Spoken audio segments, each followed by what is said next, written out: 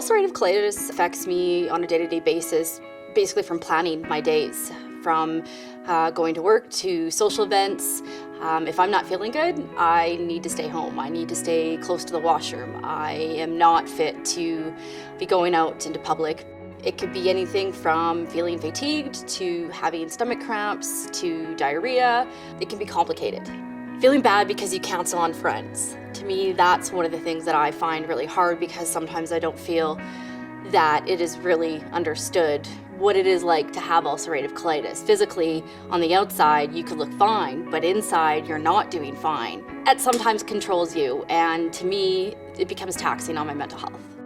Ulcerative colitis is one of two key inflammatory bowel diseases, or IBD, and it affects the inner lining of the colon. And the consequence for the patients who have ulcerative colitis is that they could have bloody diarrhea, they could just bleed rectally, and they could have a debilitating effect on their lives.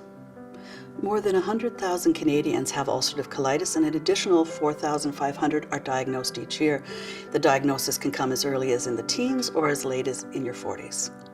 Ulcerative colitis is a lifelong chronic condition that can affect you physically, emotionally, and socially.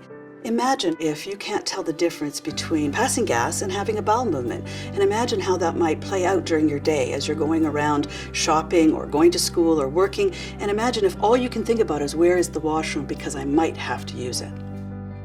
There's a large unmet need in inflammatory bowel disease, both in trying to understand what causes the disease and trying to treat the disease.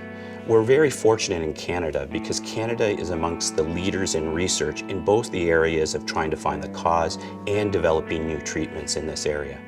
One of the things that is very important when we're treating ulcerative colitis is to be able to offer a variety of options.